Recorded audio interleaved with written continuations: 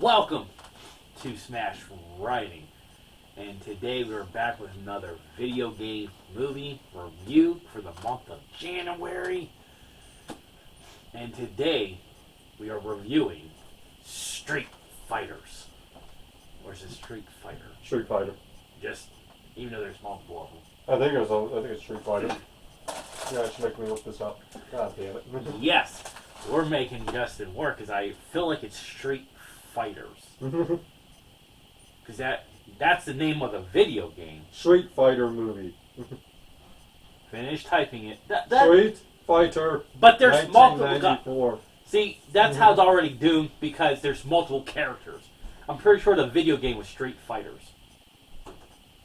He's looking this up right now to confirm. Street Fighter games. Street Fighter. That makes no sense. Street Fighter. There's multiple characters. Street Fighter. This franchise. Street Fighter. This is What was the last video game you played? officially. Yes.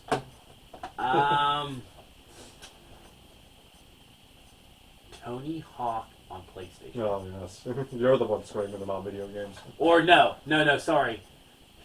Ryan let me play Fallout, but that was 7 years ago. Which Fallout? I don't know, whatever one was out 7 years ago. What happened in the game there, Paul? I moved the character. I shot something. Were you clicking, pointing? Or were you actually moving? You were actually moving, so it could have been Fallout 3, New Vegas, or Fallout 4. What was the fancy title of Fallout 4? It was just Fallout 4. I think it might have been 4. Since then, I don't touch video games. I'm giving it all a shot. However, I do play Sonic on my phone. I never played Street Fighter. I was a Tekken kid. I played actually Street Fighter. Yeah. On the arcade version and like when it was a big arcade machine. So I remember two things I know about Street Fighter. Hadouken and them beating up a Honda. There's a level where you beat up a car. Which, the fact that we don't have that scene in this movie is a disgrace. there's a lot of things about this movie. But as always, Justin, break the plot. The breaking the plot. We have Crisis in Shabaloo. We have 7 months of civil war going on, and we have Chun-Li reporting on all of this, and General M. Bison is the dictator who's taking over, and you have the group run by the AN, the United Nations kind of deal, called Allied Nations, and it's led by a guy named Colonel Guile, and Bison has a bunch of hostages. And at one point at the beginning, you just see him like, you challenge me? Boom! He's like forcing them all into one-on-one combat with them. But then Colonel Guile gets on the news report and threatens Bison, which gets Bison's attention. And Bison sends out a message to him like, you have 2 days to give me like $1 billion or $20 billion, something like that. And or he'll start killing hostages, despite like he's already started killing hostages. But it makes a mistake, and they tip that one of them is his friend, and he finds the guy Charlie, and he puts him in like this medical tube, and they're gonna do experiments on him to turn him into like the perfect soldier kind of deal. But while all that's going on, we meet Vega and Honda, and we get a weapons deal that goes south. A fight breaks out. During the weapons deal, it was Ryu and Ken that they get forced to go into the cage to fight their champion Vega. And that's when the AN raid the place for some reason. I don't know why they're raiding this building. Like, you're supposed to be worrying about Bison, not this fight, this situation. But I guess the arms deal is making deals with Bison, and they're hoping the dealer will let them in on where he is. And he decides to bring Ken and Ryu in to help him. And they stage this big escape, and Guile fakes his death. And Chun-Li decides she wants to investigate what's inside because there's a tracker coming from inside the AN unit too. And she wants to find out what's going on, and she learns that Guile faked his death and everything. And she wants to help, but he wants to lock her up, but she manages to escape. We get a moment where we see Bison's big plan. He's really much going to turn this whole place into like a mall. or his own little town, city, community there, with him being the ruler. And he's not an evil guy. He's doing this for peace. And eventually, as all things happen, Ken, Ryu, and Chun-Li end up captured and taken there, and they're going to track her, and Gao's going to follow them to where the island is. But the AN representative is like, no, we're going to pay him the ransom, and you're going to go somewhere else. We're calling an end to this war. So Guile's like, who's coming with me to kick some ass? So everyone runs off with him. They're pretty much leading a coup now on this island nation. Jesus. In his invisible boat. But, the good guys stormed the base. The one perfect soldier, he was being brainwashed with all this violent propaganda, but the doctor switched it to good kindness so he can do something good. Because the scientist is being held there against his ransom, or against his will. But we do end up getting the big fight between Bison and Guile. It goes on for a little bit, but Guile does get the win in the end. The island blows up, and then you get this weird pose at the end of Dahlon posing over the Street Fighter title. And that's the movie summed up real quickly. No shit. That was more entertaining than the movie itself. I wouldn't say that, we talked about this with Winnie the Pooh, Blood and Honey. At least this was funny. At least it was fun. Yeah, it was one of those films where I don't think they wanted to take themselves seriously. They couldn't have, because, Bison, he's controlling... This was more towards the end. And his fucking controller is an actual fucking arcade controller. I'm like... they knew they had to not take this seriously. If anything... No, I'll be honest with you. I think Jean-Claude Van Damme probably was like, I want to take this film seriously. Yeah. To be fair, that could have been the cocaine talking. He was on a lot of it during this movie. How much per week? I think the reports were he was buying $10,000 worth of cocaine in a week. I mean, he probably was taking the cocaine when he read the plot and was like, I'll sign up for this. I gotta say, we're actually having problems getting him out of the trailer too, but that could have been because of all the cocaine. Good lord. Cocaine is a hell of a drug. I think, of anything, you at least get Raul Julia. Which was what his last, they said. Yeah, I mean, he died. He was dying making this movie. Trooper.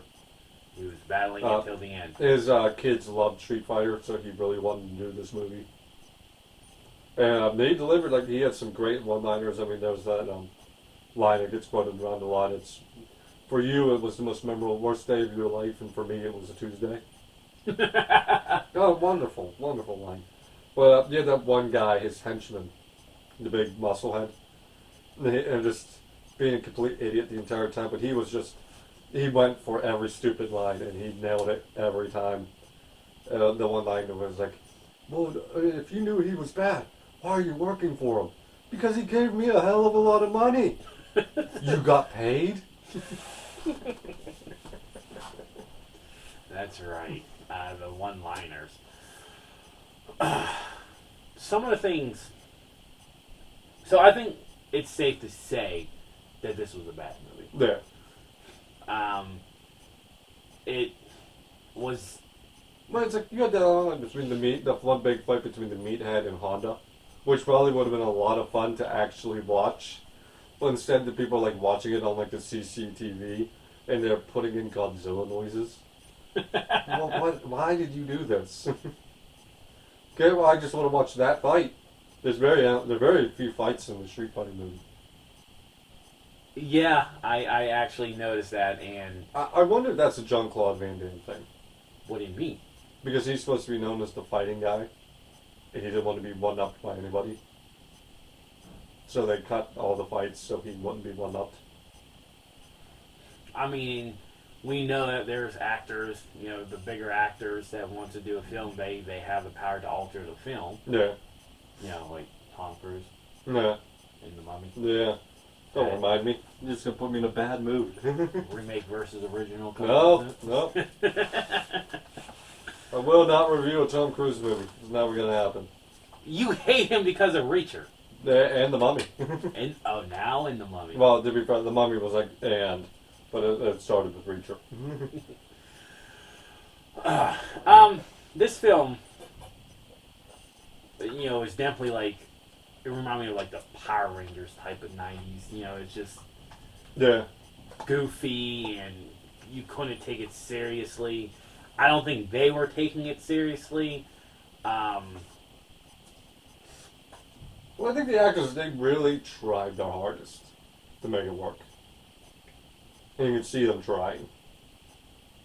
But it was uphill battle. That is true. I mean,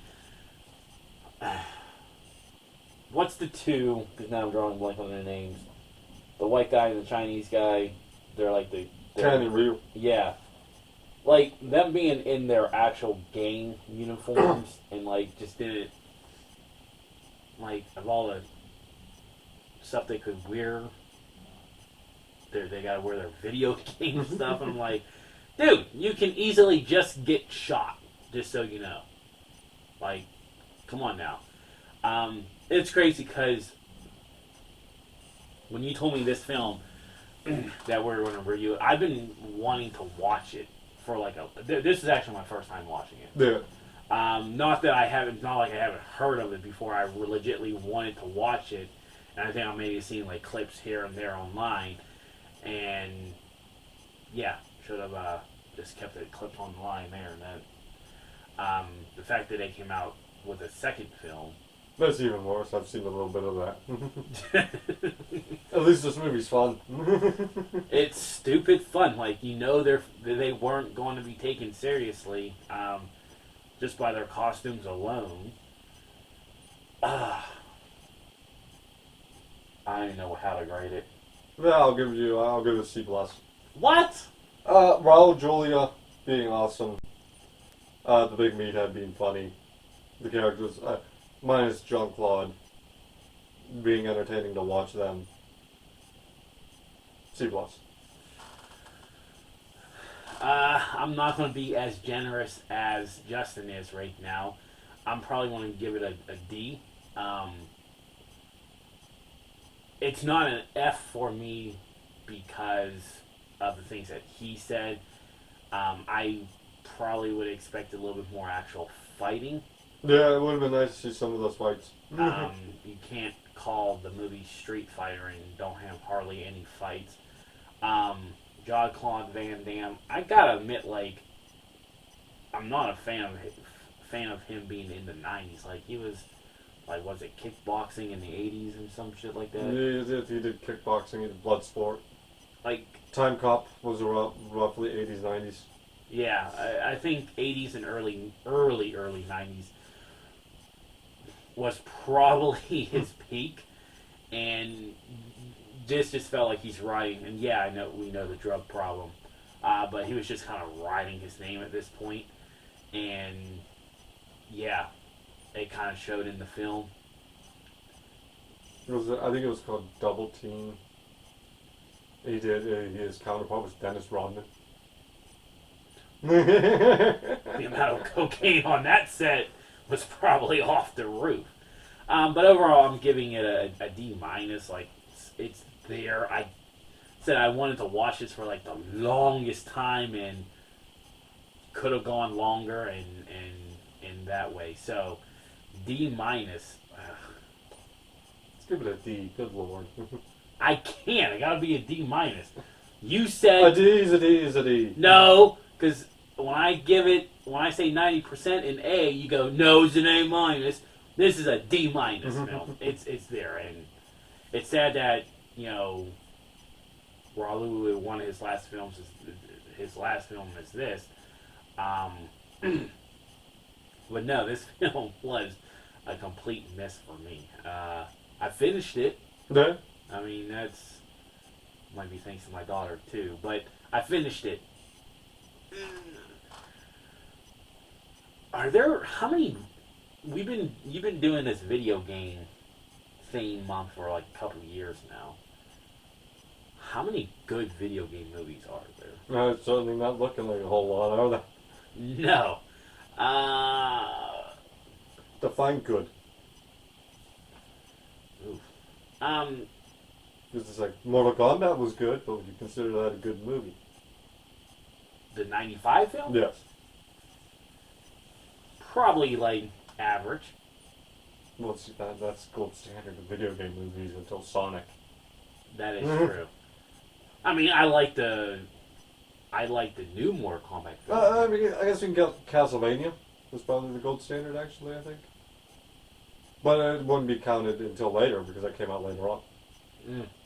So until Castlevania. We have to look into this. Because I just feel like every time we review a majority of video game movies outside of, like you said, Sonic, which we're both giving it high praise for it. Yeah, we have praised Sonic and Castlevania. That's it. Super Mario Brothers.